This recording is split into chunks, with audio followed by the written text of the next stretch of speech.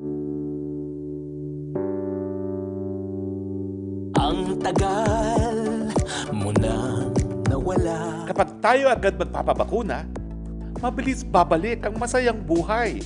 Para lahat tayo, balik pamilya, Balik buhay. balik trabaho, balik buhay. Balik buhay. Magbalik buhay, magpabakuna.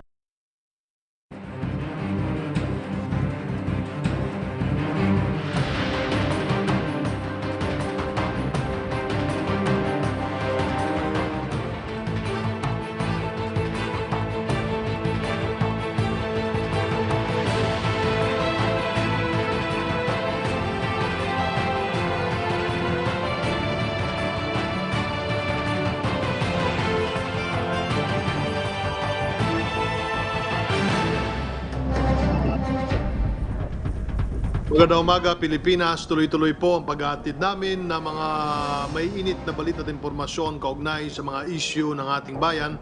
Mula sa PCOO, ako po inyong lingkod, Secretary Martin Andanar. Magandang umaga sa iyo, Yusek Rocky Ignacio. Magandang umaga po rin sa iyo, Secretary Martin. Sa loob po ng isang oras, makakasama natin sa programa ang mga panauhin na handa magbigay linaw sa mga tanong ng taong bayan. Ako naman po si Yusek Rocky Ignacio mula rin sa PCOO. Simulan natin ang public briefing, #laging handa PH Rocky. Iba't ibang paraan po ang nauuso ngayon para kumita online, subalit ang SEC may maigpit na paalala para sa mga kababayan nating nagbabalak na pasukin po ang online investments, play to earn online games at iba pa. Kaugnay dyan, makausap natin si Commissioner Kevin Lee ng Securities and Exchange Commission. Magandang umaga po sa inyo, Commissioner.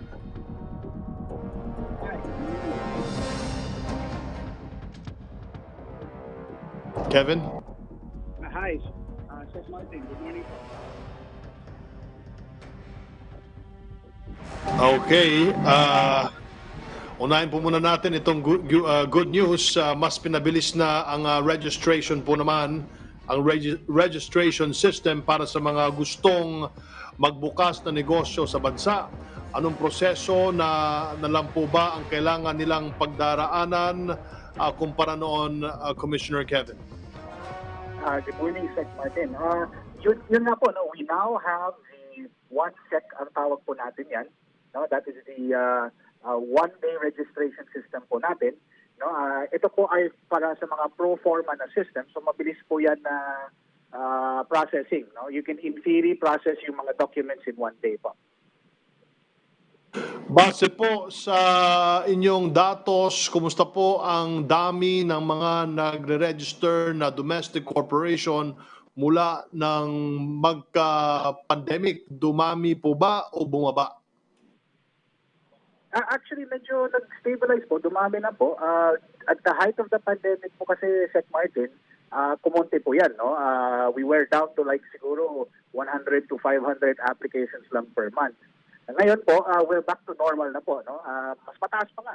We're doing mga 2,000 per month po yata, roughly, no? Na mga incorporation. So that's good. That shows na marami pong interesado magnegosyo. They see hope nga po in yung ekonomiya po natin. Ito naman pong nauuso ngayon na Anxi, Infinity at iba pang kahalintulad na plataforma. Nakapag-register na po ba sila sa SEC o may license na po ba sila to operate sa bansa? Base po sa verification ng records po namin, no, they did not register po as a business dito sa SEC. Wala rin po silang secondary license, no, conduct regulated activity, meaning yung mga investment solicitation. Wala po silang lisensya for that. Pero, Seth Martin, if I may, no, to be clear lang, no, we're not saying na illegal po sila just because hindi sila nag-register. Kasi parehas po yan sa maraming mga ibang online entities na dito sa Pilipinas. No? We are studying them all. Yung mga similar na crypto, mga online platforms, yung mga play to earn. We're trying to determine their legal status under our current laws. No?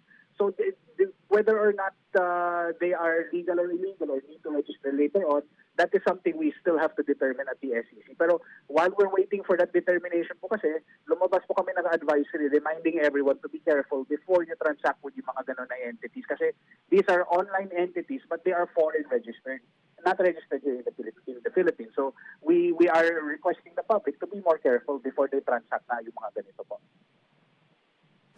Nabanggit po ng Bangko Sentral ng Pilipinas na hindi pa kailangan magparehistro ng mga play-to-earn gaming platforms na ito at minomonitor nyo sila closely, pero it involves trading po of cryptocurrency. Wala po bang kahit anong jurisdiction dito ang SEC at BSP? Well, meron po, no, Sec Martin, kasi when it comes to securities and digital assets, and digital assets like yung mga ito, mga cryptocurrencies, they're considered a form of security. So, clear talaga under the jurisdiction ng SEC po yan, based on yung mga Howey test and the Securities Regulation Code. Pero siguro the question for us at the SEC, are these play-to-earn platforms really considered as digital assets or securities? Yun, hindi pa po clear kasi nga we're still studying it, no? And in relation to that, lalabas po sana ang SEC ng digital asset offering rules and digital asset exchange rules which will help work out yung mga jurisdictional issues. No? Actually, sa alam ko, maraming people are interested na nga in seeing those rules. So we're looking forward to issuing those rules para ma-stabilize po natin yung industry within the year po sana. As to the BSP pala, Sec Martin, whether or not they have jurisdiction, siguro I'll defer to them. Pero ang last meeting po namin, and I think yung announcement po nila before, they might be considered itong AXI as an operator of payment system. So might be under their jurisdiction. Pero siguro I'll defer to the BSP na po on that. Walang SEC requirement ang ganitong mga laro.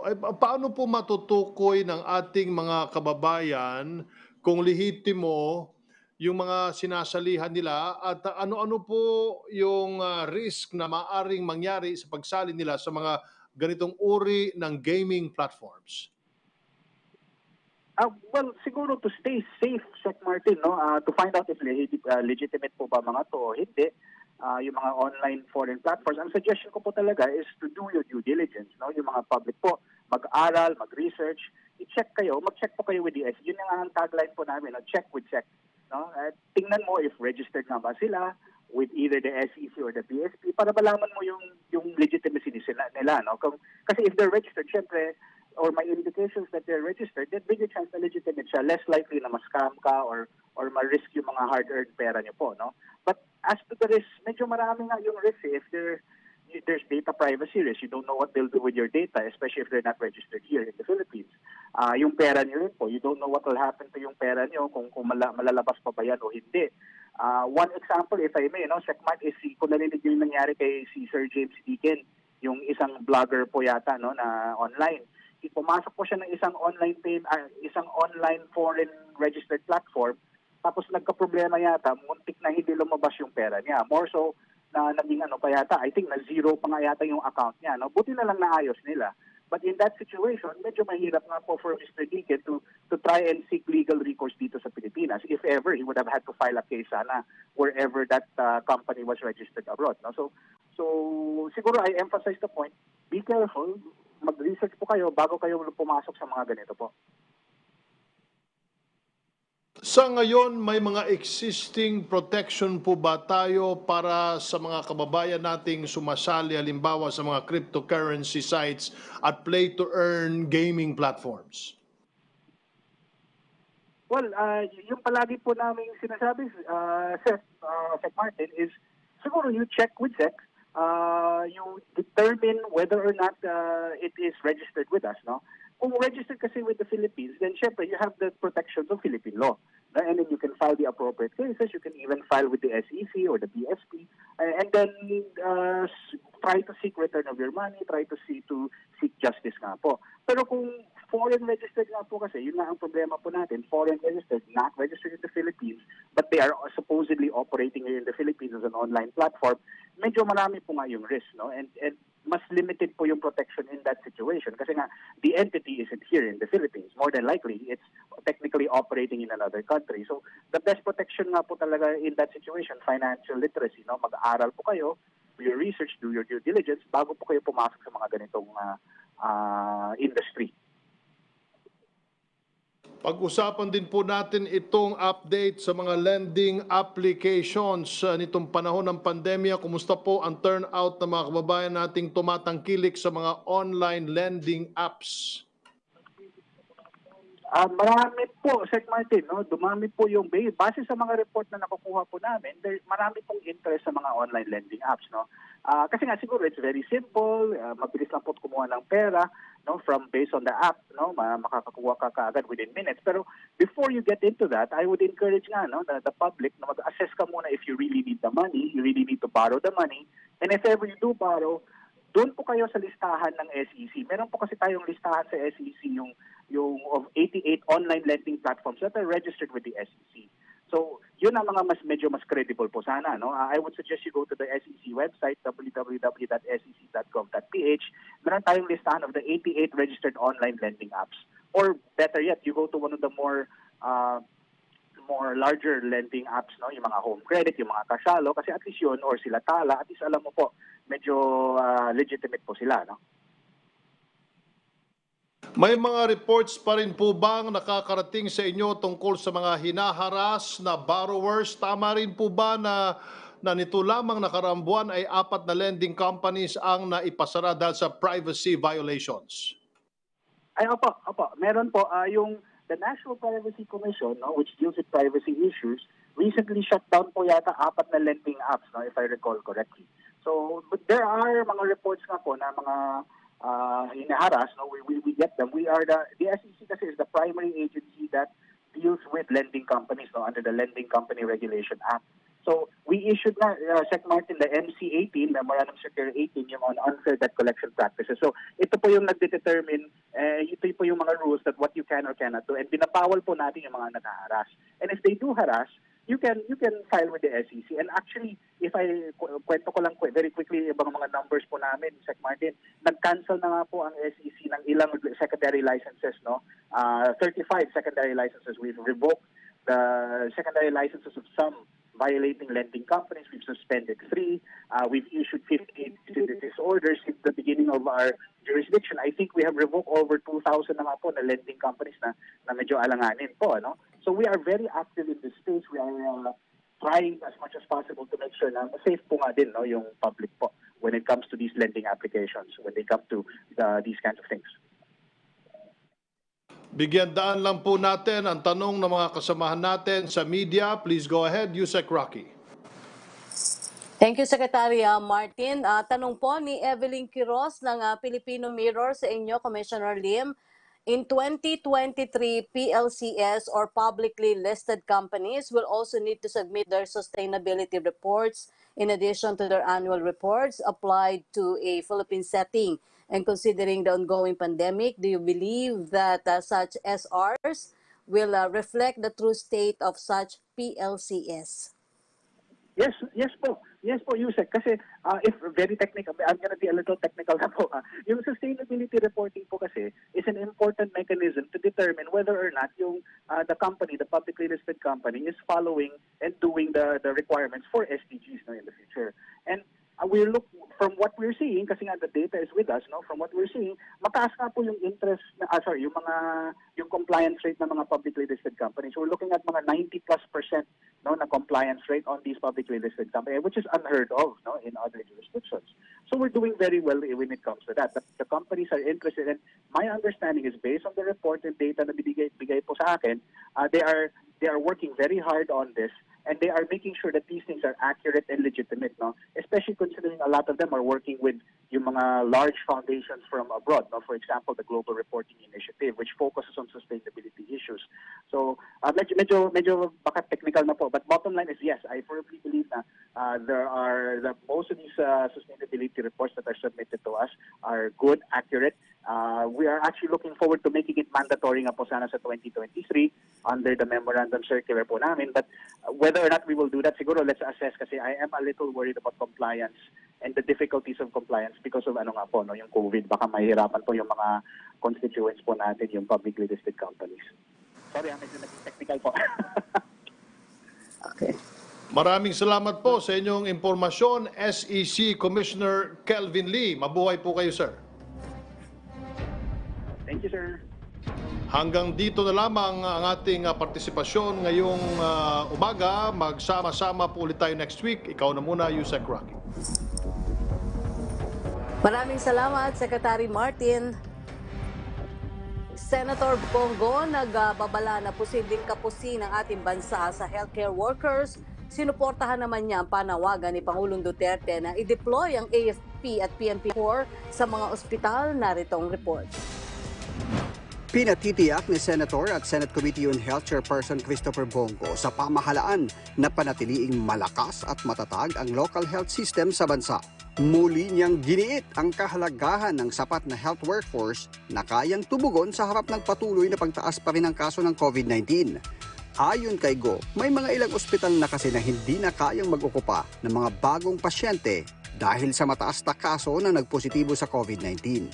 Di na anya kinakaya ng pasilidad at nagkakasakit na rin ang mga frontliner.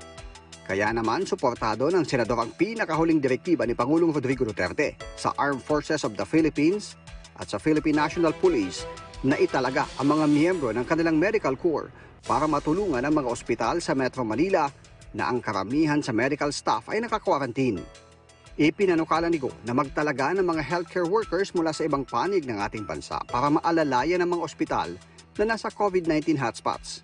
Matatanda ang inilunsad ni Go katuwang ang Office of the Presidential Assistant to the Visayas, DOH Regional Offices, Local Government Units, mga ospital na may malasakit center at maging Project Balik Buhay member private hospitals na ipadala sa Metro Manila ang mga healthcare workers mula sa Visayas Region. Umapela rin siya sa PhilHealth na agad nang ayusin ang mga obligasyon sa healthcare providers. Patuloy na sinusulong ni Go ang kanyang Senate Bill No. 2398 na magkakaloob ng fixed monthly COVID-19 Special Risk Allowance bukod pa sa hazard pay na nakapaloob na sa Magna Carta of Public Health Workers. Magkakaroon din ng dagdag na monthly care hazard duty pay para sa mga public healthcare worker bilang karagdagan sa pinagkakaloob sa kanila ng batas. Dapat din anyang mag-focus ang pamahalaan sa sinasagawang vaccine rollout at mas bilisan pa ang pagbabakuna lalo na sa mga kabilang sa high-risk groups. Samantala, makibalita naman po tayo sa takbo ng investigasyon ng PNP kay Zabri Johnson case ng PNP at DOJ sa drug war cases na nabanggit ng Pangulong Duterte sa kanyang speech sa UN General Assembly at iba pang issue kaugnay sa alert level system sa NCR. Muli natin makakasama si PNP Chief Guillermo Elizar. Good morning po, General. Welcome back. Yes, magandang umaga sa iyo, Yusek Rocky, ganun din sa mga nakikinig at nanonood sa inyong programa. Opo, General, tungkol po sa pagkamatay ni Bri na iniugnay ngayon kay Julian Ongping na anak ng bayko na si Roberto Ongping. May bagong update na po ba sa investigasyon? Lalo't inilabas na rin po kahapon yung kopya ng CCTV sa tinutuloyan ni Bri at umano'y kasintahan itong si Julian Ongping. Ang tanong din po yan ni Vic Tahod ng Sunshine Radio. Yes, kahapon po kasama ng ating PNP, dumating na rin po yung NBI para magsagawa ng muling pagsisiyasat doon po sa crime scene. At nalaman din natin na nag-undergo pa ng panibagong autopsy si Brina with NBI. Napakaganda po ng koordinasyon ng PNP at NBI and kami po ay available sa napakagandang operasyon na ito. Just like what the SITG or Special Investigation Task Group na inilabas through the Regional Director ng Police Regional Office 1, Police Brigadier General Emmanuel Peralta, wala pa naman po tayong conclusion dyan at hindi natin isinasantabi yung foul play. So lahat po ito ay ating binibigay ang update sa ating mga kabayan at makakaasa po kayo ng talagang transparent at talagang makatotohanan na mag-iimbestiga dito sa kasong ito. Opo. Tanong naman po ni Bea Bernardo ng PTV, it was earlier reported po na suicide. Di mo ano ang nangyari sa crime scene pero sa crime scene po ba nakitang evidence na mag-indicate na nag-suicide nga po si Bri? Actually, yun po yung claim ni Julian. At kaya nga po yung mga piece of evidence na naandun at hihintayin pa rin natin ang resulta ng mga test lahat ng ginagawa. So only after that, after considering all of this piece of evidence, yun po tayo makapag-conclude. Sinasabi ka natin na sa ngayon, hindi po natin pwedeng i-rule out pa lahat yun. So, kami po humihingi ng pangunawa at patience ng ating mga kabayan. Alam nyo, Yusek Rocky, pwede kasi naman natin sabihin nung una na sa kanila kayo maglalabas ng statement. Pero syempre, sa atin dito, mahirap na sabihin yun. Baka sabihin na pinagtatakpan tayo. Lalo na at sinasabing itong person of interest is talagang isang ma-influensya nating kababayan. Pero inuulit namin po sa inyo, ito talagang pagkakataon na gusto namin ipakita na ang ating po kapulisan ay talagang may integridad sa pag-iimbestiga nito mga ito. At ginagalang po namin ang pamilya ni Bri para po humingi ng tulong din sa iba like the NBI. At itong magandang kooperasyon na ito at collaboration at tinututukan natin mga kabayan ay magpapatunay na talagang magiging maayos lahat ng investigasyon. Opo. Sunod po na, base po sa medical legal ni Bri, released by the attending hospital, dinala nung araw na namatay siya, may struggle siya such as hematoma sa dalawang braso at likod. Nakita rin po ba ito ng sa kanilang investigation? Actually, contrary to that po, iba naman po yung autopsy na unang inilabas. Sa autopsy na yun, makita po yung markings sa leeg. Pero wala pong mga nakasaad doon na ibang bruises. Kaya nga po mas maganda na nagkaroon ng pangalawang autopsy doon. So, all of this ang purpose nito ay para po magkaroon ng mas magandang investigasyon at malaman talaga natin ang katotohanan. Huling tanong po ni Bea Bernardo regarding po sa 13.6 million drugs na nakuha sa Sulu. May lead na po ba ang PNP kung sino ang source ng droga at napasok sa bansa? Well, patuloy ang pag-iimbestiga na ginagawa natin dyan at yan ay bahagi naman ng ating effort.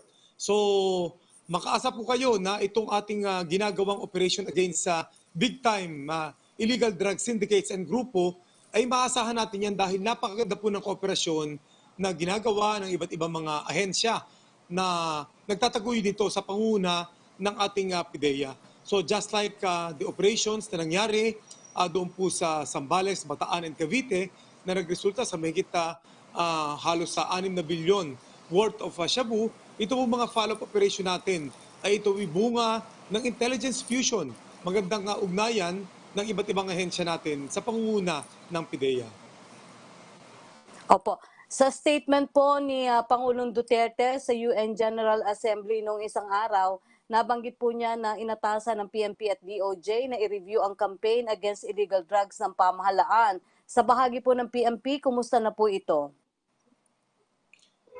Well, Yusek Rocky, dati na po namang ginawa yan kasi kung matatandaan natin, after the initial findings ng UN, ang kanya pong nag-recommendation is for the review of these drug cases at nagbigay na imprimatur noong paman ng ating Pangulo sa DOJ. Kaya nga kami ay nagbigay ng kooperasyon sa DOJ at ito'y patuloy namin gagawin. In fact, lalo natin itong palalakasin. Nagkaroon na kami ng initial na koordinasyon na through text messages with the Secretary Guevara para po doon sa aming gagawin na mga susunod pang hakbang. Pati na po yung unang assessment nila doon sa first batch ng mga folders na na-forward natin sa kanila. So makakaasa po ating kababayan with this direct guidance from our President, lalo po na mas magiging maganda ang coordination namin para po sa review ng mga kasong ito.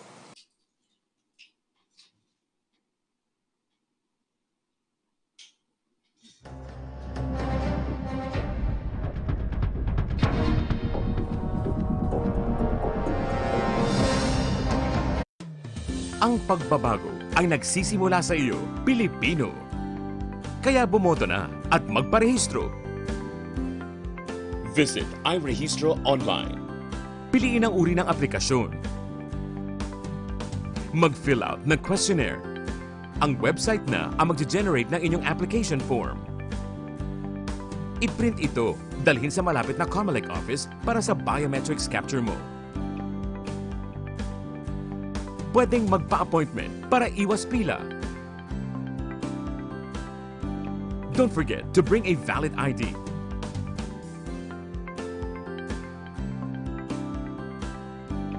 Siyempre, always observe safety protocols. Magsuot ng face mask at face shield. Maintain physical distancing. At mag-disinfect bago at matapos gamitin ang signature pad at fingerprint scanner. Sa mga walang internet access, pwede pa rin naman ang walk-in. Para sa karagdagang impormasyon, makipag-ugnayan sa Commission on Elections.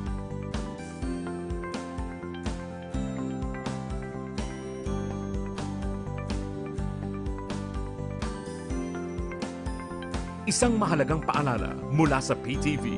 Kasama mong naghahangad ng isang malinis at maayos na halalan para sa bayan.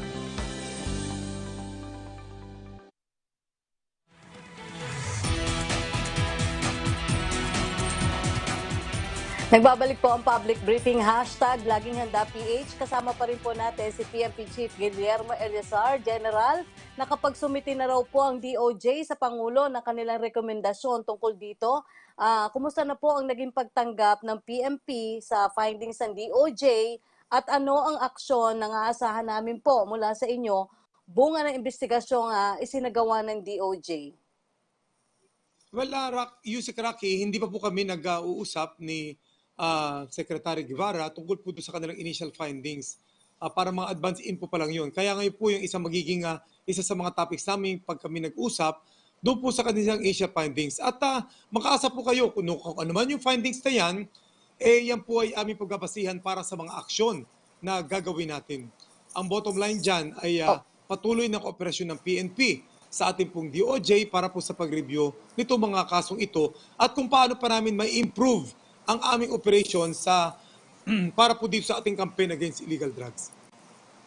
Opo. General, sa usapin naman po ng alert level system sa Metro Manila, ano rin po yung assessment ninyo sa unang linggo ng alert level 4 sa NCR? As of date, ilan na po yung mga nahuling lumabag sa mukhang marami-rami na naman ba ito, General? Yusek Rocky, dun sa 8 araw, starting from September 16 hanggang kahapon, September 23, nagtala tayo ng 93,894 na ating po mga violators na na-accost natin. Nag-average siya ng 11,712. So ito po ay mababa ng kaunti dun sa average natin during MECQ na 26 days na 12.6 or 12,600 na araw-araw. But just the same, itong 11,700 daily neto for the past 8 days is marami pa rin. 51% niyan ay ating binigyan naman ng warning, 43% naman, yan yung ating tinikitan, at 6% yung dinala sa police station. So, sa ngayon naman, generally peaceful itong 8 araw na ito at nariga natin sa ibang ITF officials na maganda so far itong ating pilot test na ito. By the way, as of yesterday, ay 220 ang reported sa atin na mga places, mga areas placed under granular lockdown. Ito ay within the 82 barangays ng Siam na cities out of the 17 cities and municipality dito sa atin sa Metro Manila. These 220 specific areas, ito po ay nakaapekto ng 2,697 na mga household involving 8,550 individual. So, napakaganda kung titingnan natin kasi nga, regardless of the alert level, na ngayon nga is alert level 4 tayo nagkataon. Pero yung granular lockdown, yan lang ang talagang sasabihin natin na pinakamahigpit. At yung higpit na yan, uulitin natin, yan ay mas mahigpit o mas properly kaysa doon sa nasa ECQ tayo. Kumbaga, higpitan talaga natin sa lugar na kailangan natin na higpitan. Huwag idama yung iba. Yun yung konsepto ng granular lockdown na nakita natin na tingin ko is magiging epektibo kung ito po ay may implement ng maayos at syempre through the cooperation ng publiko. Opo. General, sa direksyon naman ng Pangulo na gamitin ang PNP Medical Corps bilang dagdag pwersa sa mga ospital sa gitna po natin sa COVID Delta variant surge. Ito po ba ay posible at gaano ang inaasahang medical personnel ng PNP na tulong? Yusek Rocky, tama yun. Even before naman, nagbigay na ng direktiba ang ating Pangulo para sa ating mga pulisan na tumulong dito. Alam niyo yung ating pulis talaga sa lahat naman ng activities na ginagawa ng ating pamahalaan, partikular ng ating LGU, ay laging daan dyan yan. Hindi lang yan sa simpleng pagpatupad ng mga protocol, kung hindi pati na rin sa mga vaccination program, vaccination natin, pati na rin ito pagbibigay ng ayuda sa offline kalinga, lahat na po yan. Kaya nga po kinakailangan, at ito naman na nakita natin sa nakaraang mga buwan, na during our vaccination, may mga teams naman talaga tayo or police, itong sinasabi natin, na may medical background na tumutulong sa ating LGU. Sa ngayon, sa ating accounting, we have at least 2,500 personnel outside of health service natin na mayroong medical background na pwedeng magsilbing medical reserve force natin. At yun nga, ito po ay naka-assign sa iba't ibang lugar sa buong Pilipinas. So, ang ating po mga LGU, kung sila may pangailangan, just coordinate with the local commanders natin, kagaya ng ginagawa rin sa Metro Manila, na naging bahagi kami ng vaccination teams.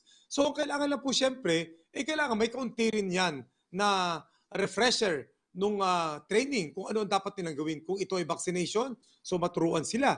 Kung ito naman is augment sa mga healthcare facilities natin like hospital, pwede rin po yun as long as i-brief lang sila ng mga dapat gawin doon sa mga respective facilities ng specific areas concerned. Opo.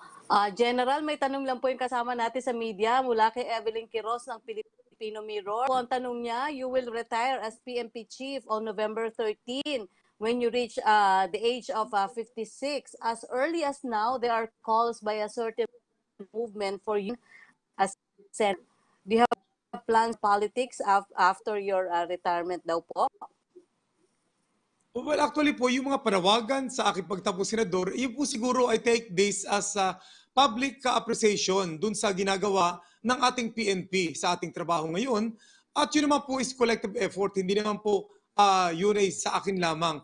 So ako po naniniwala na ang ating PNP sa aking panguna ngayon, susulong lang po namin yan. So I don't want to be distracted, Yusek Rocky, at itutuloy ko lang po ito ngayon at less than 2 months na lang hanggang makabot po ako doon sa araw na aking pagre-retiro. Ito po ay aking gagawin pa lahat ng pwedeng gawin bilang hepe ng pambansang pulisya.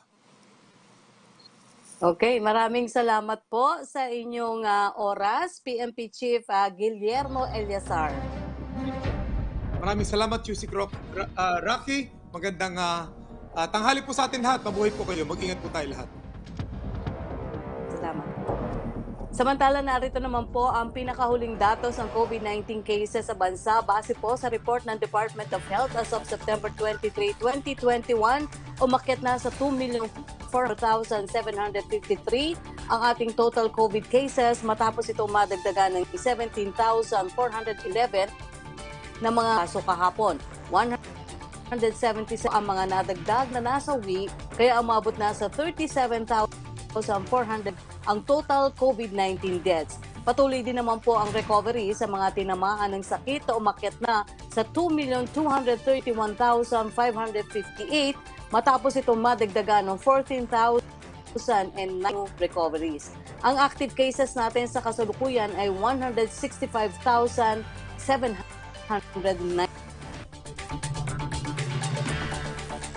Sa iba pang balita, patuloy po ang pagkikay Senator Bongo sa mga kababayan natin magpabakuna na, lalo na po ang mga economic frontliners. Kasabay ng kanyang panawagan ay namahagi rin ang kanyang outreach team ng ayuda sa higibong kababayan natin sa Castillejos at San Narciso, Zambales. Narito ang detalye. Isinusulong ni Senador Christopher Bongo ang pagkakaroon ng protokol para sa mas ligtas na lugar ng trabaho, lalo na sa mga economic frontliners. Hinimok ni Go ang mga leader ng komunidad sa public at private sector na tiyaking palagi ang kapakanan ng mga economic frontliner. Sa kanyang mensahe sa 4 na araw na pag-iikot ng kanyang outreach team sa mga bayan ng Castillejos at San Narciso sa Zambales, nanawagan siya sa mga residente na magpatala na para sa pagbabakuna kontra COVID-19. Nasa datos naman po, pag bakunado kayo, ay mas maiwasan po ang pagkahawa, maiwasan po ang pagkasivir o pagkamatay dulot ng COVID-19. Kaya magpabakuna na po kayo. Libre po itong bakuna. Kung ano po yung bakuna na nasa harapan niyo po, magpabakuna na po kayo para po protektado kayo. Kung mahal niyo po ang inyong mga anak, ang inyong mga pamilya, magpabakuna na po kayo. Bilang bahagi ng kampanya ng senador na matulungan ang mga naapektuhan ng pandemya na mahagi ng mga pagkain, mask at face shield, vitamins at ilang bike, sapatos at computer tablet sa mahigit 3,000 mga market vendor at TODA members sa Castillejos. Habang 4,500 naman ng mga magsasaka, vendor, karpentero at iba pang economic frontliners sa bayan ng San Narciso. Ang DSWD naman may hiwalay na pinansyal na tulong sa mga benepisyaryo. Talagang wala nang kinikita at saka hirap na talaga ang aming pamamasada ngayon dito. Ito, pambili lang talaga ito ng bigas pang isang buwan, mabuti isang buwan. Nagkaroon ng sakit yung mister ko kaya yun ang nangyari. Mahirap lalo, napahirap ang buhay namin. Para kay Go, mahalagang muling magbukas ang ekonomiya, lalo na sa mga lalawigan, para matulungang makabangon ang mga maliliit na negosyante na inaasahang may malaking epekto rin sa ekonomiya ng bansa. Makakamtan lang niya ito kapag nakamit na ang population protection at herd immunity, kapag marami na ang nabakunahan kontra COVID-19. Marami pong salamat sa binigay niyong tulong sa amin. Malaking kaanuhan po ito. May pambili na ng gamot yung mister ko. Parehas kaming senior. Kami po ng mga taga-Sambales, papasalamat po kami sa pinagkalob nyo, mahal na Presidente, at saka sa iyo rin po, Senator.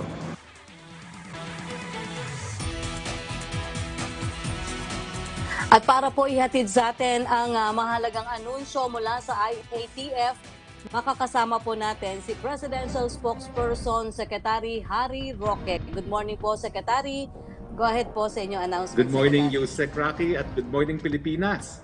Balitang IATF lang tayo at simulan po natin sa usaping bakuna. Mahigit 43 milyon na po o 43,088,582 doses ang total vaccines administered sa buong bansa as of September 23, 2021. Ito po ay ayon sa National COVID-19 Dashboard. Sa bilang nito, nasa 19,671,725 ang fully vaccinated or 25.5%. Nasa 85.3% na or 8,339 po naman ang sa national po, it's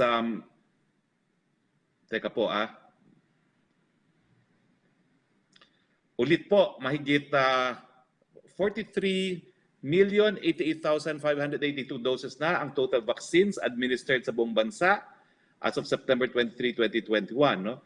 Sa bilang pong ito, 19,671,725 ang fully vaccinated.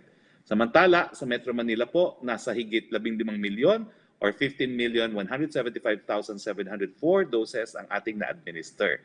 Nasa 85.3% po or 8,339,430 ang nabakunahan. At 69.93 naman po or 6,836,274 ang fully vaccinated. Sa balitang IATF po, nagpulong kahapon ng inyong IATF at itong ilan sa mga napagkasunduan. Itinaas po ang community quarantine classification ng Abra, Baguio City at Bohol sa GCQ with heightened restrictions habang ang Ilocos Norte naman po ay ibinaba sa GCQ. Epektibo po ito ngayong araw, September 24 at tatagal hanggang September 30, 2021. Inatasan din ng inyong IATF ang kanilang Regional IATF Task Force na i-monitor ang allocation at utilization ng rapid antigen test para ma-improve ang reporting ng COVID-19 cases. Kaugnay nito, ang Department of Health, National Capital Region Center for Health Development ay inatasan na i-facilitate ang registration ng facilities na gumagamit ng rapid antigen kits. Kailangan tiyakin ng DOH-NCR-CHD ng antigen line test ay makakonsolidate ng health facilities, temporary treatment and monitoring facilities at sariling LGUs. May kinalaman pa rin ito para mapabuti po ang reporting ng COVID-19 cases. Kinakailangan madagdagan ng disease surveillance staff at encoders. Inaprubahan din po na inyong IATF na authorized persons outside of residence ang mga opisyal at mga empleyado ng COMELEC kaugnay sa filing ng Certificates of Nomination at Certificate of Acceptance of Nomination for Party List Groups at Certificates of Candidacy at certificates of nomination at acceptance ng mga aspirants sa May 2022 elections kasama sa APORS ang chairperson, president, or in their absence ang secretary general or authorized representative ng political party, sectoral party at iba pa. Aspirants o kanilang authorized representatives, companions as authorized under COMELEC Resolution number 10717, COMELEC officials, personnel na magsusumite ng hard copies ng certificates of candidacy at related documents materials sa COMELEC main office. Sa partisipasyon naman po ng Pilipinas sa WHO Solidarity Trial for COVID-19 vaccines, inoprubahan din po ng inyong IATF bilang healthcare workers, ang researchers, workers at members at affiliate staff ng Solidarity Trial vaccine teams. Pinayagan sila na mag-interzonal at intrazonal movement regardless of community quarantine classifications and impositions of granular lockdowns. Kasama rin sa inaprubahan ang paglabas ng kanilang mga bahay ng mga target participants at eligible patients sa mga lugar na nasa granular lockdown basta sila ay sasali sa clinical trial. Ngunit hindi sila maaaring umalis ng lugar na nasa granular lockdown. Samantala, inactivate ng inyong IATF ang Small Technical Working Group na binubuo ng DILG, DOH, DOT, DOTR, DOST at PNP para sa amendments ng Uniform Travel Protocols for Land, Air, and Sea. Idinagdag bilang miyembro ng TWG ang DICT, NEDA at MMDA. I-harmonize din ng STWG ang documentary requirements ng lahat ng LGUs at interoperability ng available applications tulad ng Stay Safe, SPAS, VaxCert, Trace at iba pa. Ang meeting ng inyong IATF din kahapon ay nag-amenda ng ilang bahagi ng guidelines on the pilot implementation of alert level system for COVID-19 response in the National Capital Region. Ilan sa dinagdagan ay may kinalaman sa individual outdoor exercises na pinapayagan na basta hindi required manatili sa kanyang bahay ang mag-e-eksersisyo. Ito ay effective immediately. Isa pang binago ay ang pagpayag sa lamay at libing na kinremate na namatay sa COVID-19 regardless of community quarantine. Ito ay effective immediately. Samantala, bawal pa rin po ang lahat ng contact sports, indoor or outdoor man, except kung ito ay nasa bubble setup. Wala pa rin pong mga gyms. Bawal din ang personal care establishments na may aesthetic, cosmetic services or procedures, makeup services, spas, reflexology, aesthetics, wellness at holistic services, at ibang katulad na procedures kasama ang home services. Ang mga ito ay magte-take effect simula October 1, 2021 kung sakaling ma-extend po ang pilot implementation sa NCR. At panghuli, pinayagan ng IATF ang Grand Coronation event ng Miss Universe Philippines na gaganapin po sa Bohol mula September 26 hanggang October 1, 2021, subject sa health and safety protocols at approval ng Provincial Government of Bohol. Dito po nagtatapos ang ating presentasyon. Pwede po tayong sumagot ng ilang mga katanungan. Opo. Secretary, kahapon po inaprubahan ni Pangulong Duterte ang paglimita sa paggamit ng face shield. Kailan po inaasahang mailalabas ang final guidelines para dito? Well, ang sabi naman po ng Presidente, hindi na kinakailangan mag-face shield sa labas except kung merong close contact at ano pa yung isang C? Close area. Close contact and nakalimutan ko na isang C pa. No? Pero sundin lang po natin yung patakaran na yan. At ito naman po ay ibig sabihin kung ikay nasa labas at hindi covered ng 3Cs ay hindi na kinakailangang magsuot ng face shield.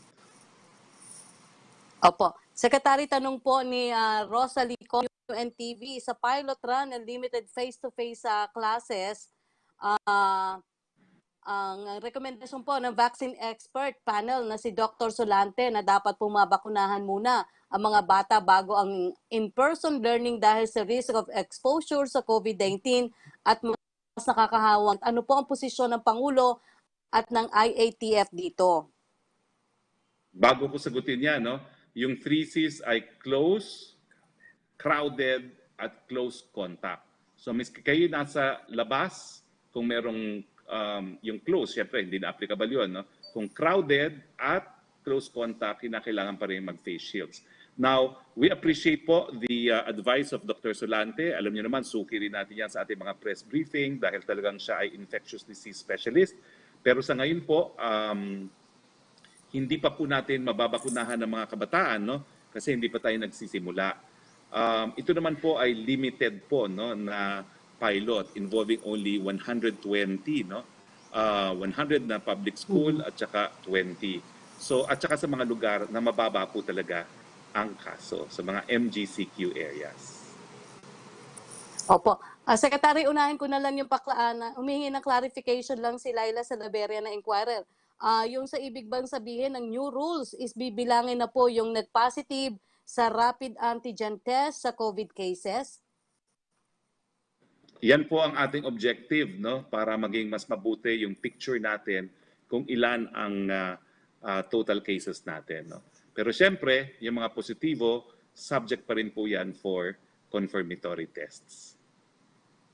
Opo. Tanong pa rin po ni Rosalind TV, ano daw po ang reaksyon ng IATF sa ni DILG Undersecretary Dino na isuot ang vaccination cards tulad ng IDs kapag pupunta po sa public places?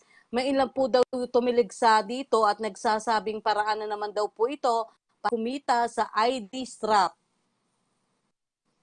Hindi pa po yan polisiya, yan po ay suhestyon.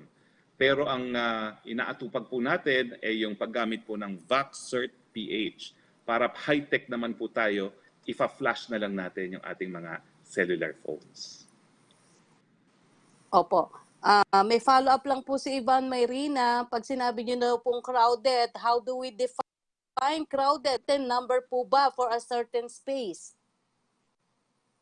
Well, crowded has a common meaning. Matao, maraming tao, bagamat open air. Opo.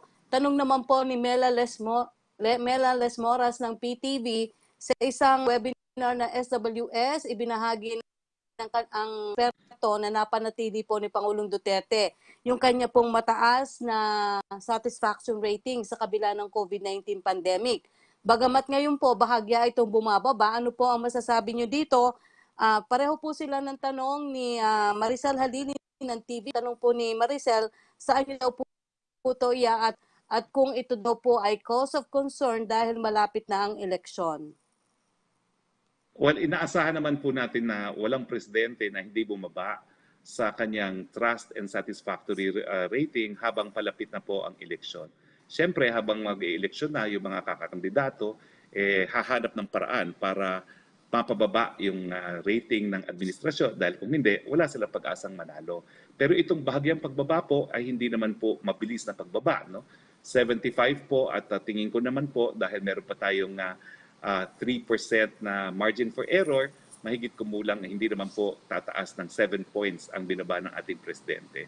So that is po hindi masyadong alarming and it is still very good by any standards. Opo. Sunod pong tanong ni Mela Lesmoras, may initial na naging diskusyon po ba ang IATF kahapon kung papagaanin ang Alert Level 4 sa NCR? Kailan target na ipatupad ang alert level system sa nalalabing bahagi ng bansa? Wala pa, Mela, kasi hindi pa tapos ang pilot. Antayin muna natin matapos ang pilot. Mula naman po kay Angel DZXL RMN, aprobado ni Pangulong Duterte yung pagbabakuna sa mga kabataan sa susunod na buwan.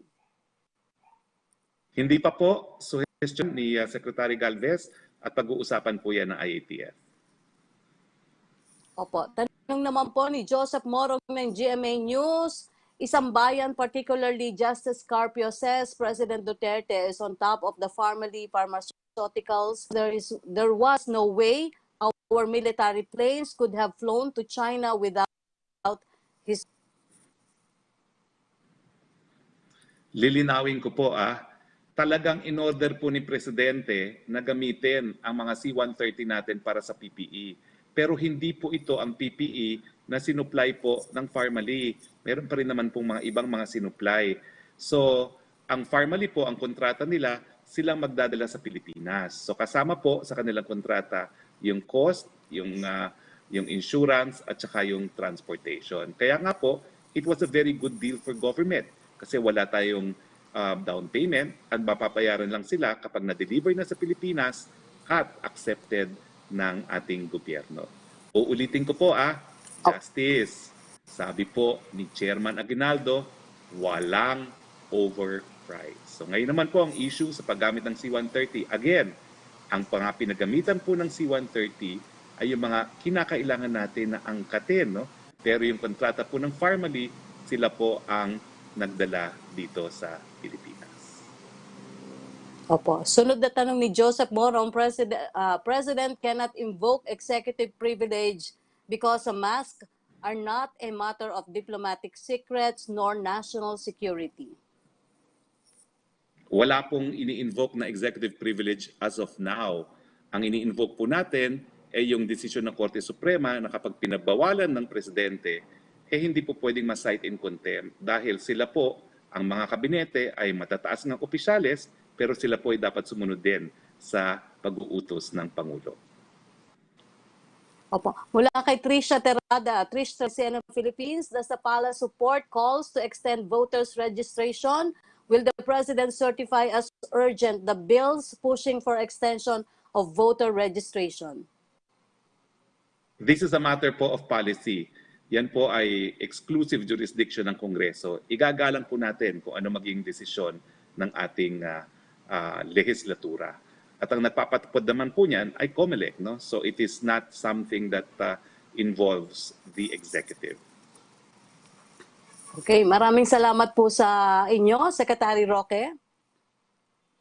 Maraming salamat, Yusek Rocky. Yan ang pinakamaraming 3 questions na aking narinig. So maraming salamat. Kumabal pasensya ng Secretary. Salamat po. Bumababa na nga po ang reproduction ng rate sa Metro Manila base sa Octa Research, pero ramdam rin nga ba ang epekto nito sa dami ng mga tumatawag sa One Hospital Command Center nitong nagdaang linggo? Para sa update, muli po natin makakausap si Mary Leyna Padla ng One Hospital Command Center. Good morning po, Doc. Good morning po, Yusek Rocky. Doc, kumustahin ko po muna ang operasyon ninyo linggo. May pagbabago na po ba sa dami ng mga tumatawag mula sa Metro Manila at ibang rehiyon? Yan din po yung tanong ni Sheena Torno ng SMN9 News. Enough po ba ang personal ninyo para ma-manage yung mga tawag or ma-accommodate yung callers o patients na dumudulog sa inyong tanggapan? Sige po. Yung una po munang tanong po, no, ang una yung tanong is kamusta po yung operations po namin sa nakaraang linggo, no? So, this last week, napansin po namin na yung average namin na 400 to 500 na request na nare-receive po ay bumaba naman siya to 300 to 400. But it doesn't mean na it is something to be happy kasi marami pa rin po, no, yung calls na 300 to 400. Then yung same po naman sa mga region, ganun pa rin po na marami pa rin po kaming nare-receive na tawag sa NCR, sa Region 4. Pero ang nakita naming observation ay kumpara sa last week po, no, at kumpara nung huling linggo ng Agosto, may bumaba po, no, yung number ng call. Pero hindi pa rin po siya parang significant yung pagbaba po, no? Marami pa rin po rin kasi naman nare-receive yung call. Then, yung tanong po regarding sa personnel, no? So, nag-prepare naman po kami, no, about sa anticipation kung tataas po yung mga calls natin na mare-receive or kakibat ng pagtaas ng mga cases. Nag-hire po kami, no, ng additional workforce and tinatry namin, ginagawa namin yung best and nakikita naman po namin na mas marami na po kaming nakikater ngayon po na mga request po. Opo, po kay Vic Tahod ng 1026 Sunshine Radio, kumusta na po ang kalagayan ng mga ospital sa Metro at sa mga karatig na probinsya? Nagkakaproblema pa rin po ba ngayon kung saan ilalagay ang mga pasyente ng COVID-19 dahil sa full capacity na po yung iba?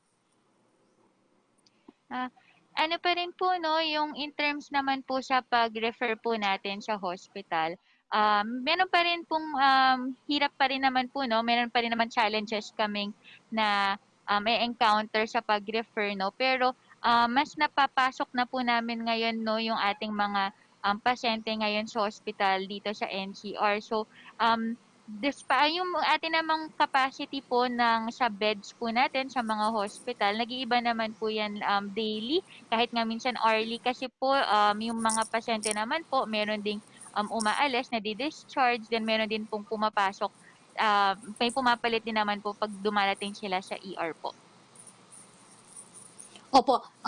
Doc, may tanong po si Evan ng Filipino Mirror. You have stated that contrary to government statistics, hospitals in Metro Manila and nearby provinces are already operating at full capacity and are being overwhelmed with COVID-19 patients, and that the healthcare utilization data presented by the government showing that utilization rate is still below 100 does not reflect the situation on the ground because it does not include the situation in hospital emergency rooms. What could be the reason why the government is trying to paint a pretty picture when in fact things are looking grim? Yung sa sa hospital care utilization rate naman po, no, during the time of reporting, yun naman po yung census ng hospital according din sa allocated beds nila, and yun naman po ay kasi hindi po real time, no, kung depende sa time ng reporting yung ating binibigay na data. So sabi ko nga kanina, every hour naman po nagbabago yung availabilities ng mga beds po natin, may napupuno, then may na babakante po, no. So, in terms naman po, no, sa pag admit po natin sa hospitals, no, kay ER level po naman kasi lagi yung entrance natin, no, kapag nagre-refer po tayo. And ito po yung pinaka-fluid, no, pinaka-laging ever-changing in terms of the numbers of patients. So, hindi po natin talaga masasabi at exact time kung ano po talaga yung value. So, kailangan ginagawa po namin talaga, dino-double check po namin, no, para din ma-refer po namin ng maayos yung ating mga pasyente po. Opo, Doc, nitong linggo, hindi na po bumaba sa 100 ang naitatalang COVID deaths. Sa palagay po ba niyo, malaking factor po rito yung sitwasyon sa pahirapang pag-admit ngayon ng mga pasyente? Posible po, no, na isang factor po yun, no, na nahihirapan po makapasok sa hospital.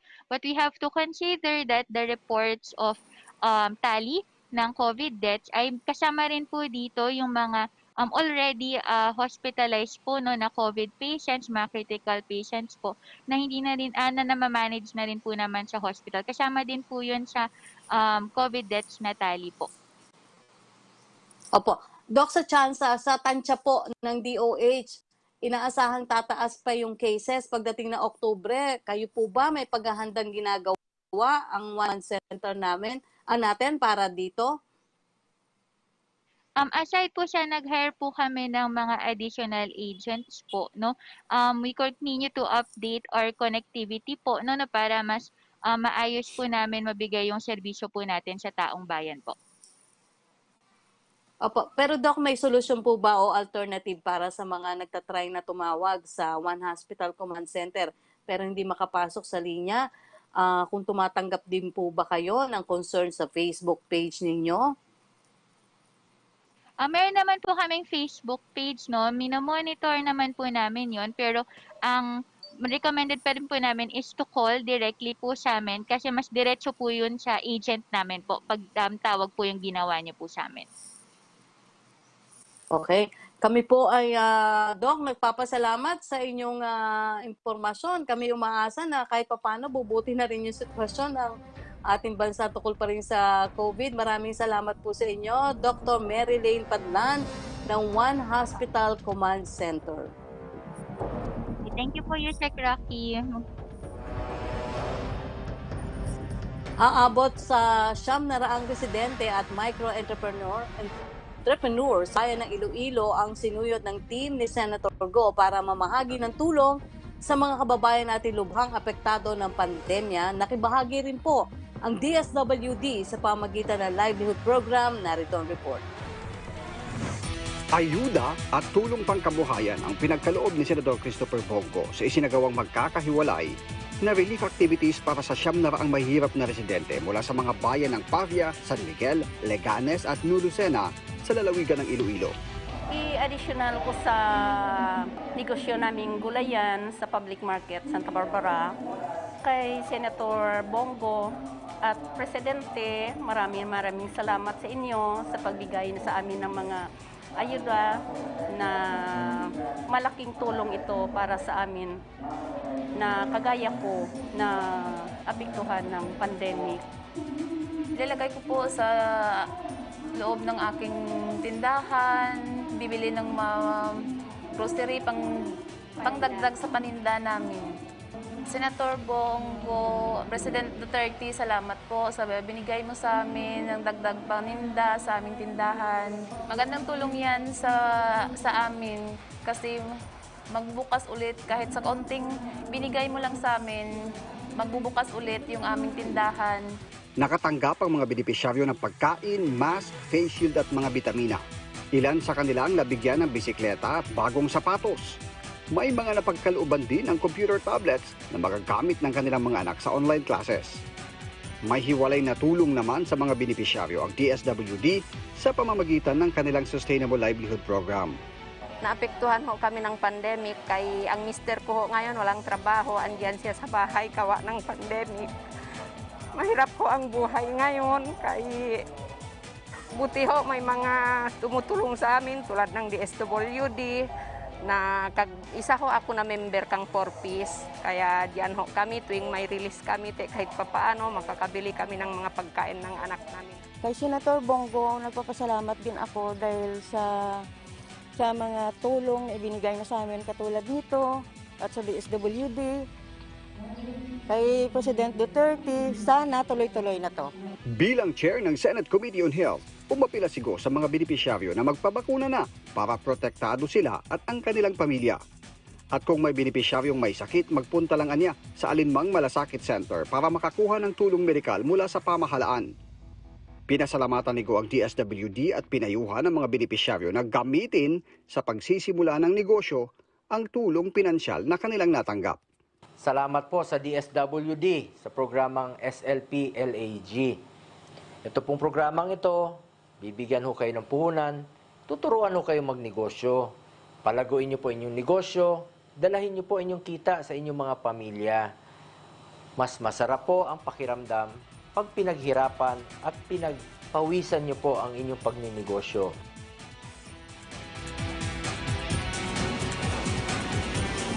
Mula po sa PTV Cordillera, may ulat naman na kasamahan natin si Jordan Campana. Inaasahang tataas pa ang kaso ng COVID-19 sa Baguio City sa mga susunod na araw. Naniniwala si Mayor Benjamin Magalong na ito ay dulot ng mas nakakahawang Delta variant. Umaabot na sa 240 ang average daily cases ng COVID-19 at 6 hanggang 7 COVID-19 patients ang namamatay kada araw sa lungsod. Dahil dito, nananatiling critical ang healthcare capacity dahil napuno na ang mga ospital at isolation facilities. We don't expect that things will calm down and there will be a downtrend in the next few weeks. It will not happen. It will not happen. We're doing everything, closing our borders, getting stricter border control measures, guidelines on gatherings, guidelines in our business establishment, but we don't foresee a downtrend in the next few weeks. Samantala, 46% mula sa 281,000 eligible population sa lungsod ang fully vaccinated, habang 60% ang mga nakatanggap na ng unang dose ng COVID-19 vaccine. Target ng Baguio LGU na mabakunahan ang 95% na eligible population sa Disyembre. Jordan Campana, para sa Bayan. Isang malaking suliranin ng bawat ordinaryong mamamayan ang patuloy na pagtaas sa mga bilihin. Kadalasan pa nga hindi na sumasapat ang kinikita ng isang mamamayan sa kanyang mga gastusin sa bawat araw. Kaya naman ang suliranin na ito ay agad na binigyan solusyon ng Department of Agriculture. Sila po ay bumuo ng Bantay Presyo Task Force. Ang gampanin at layunin nito ay aalamin natin bukas sa Ani at Kita. Siguradong pagkain sa buong bansa.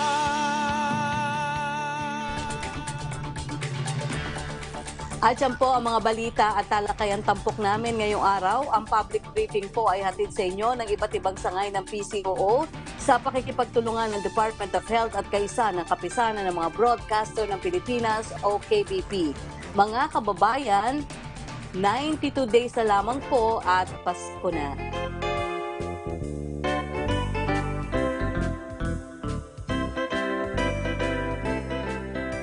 Sa ngalan po ni Secretary Martin Andanar, ako po si Yusek Rocky Ignacio. Magkita-kita po ulit tayo bukas dito lamang sa public briefing hashtag Laging Handa PH. Kaya natin to.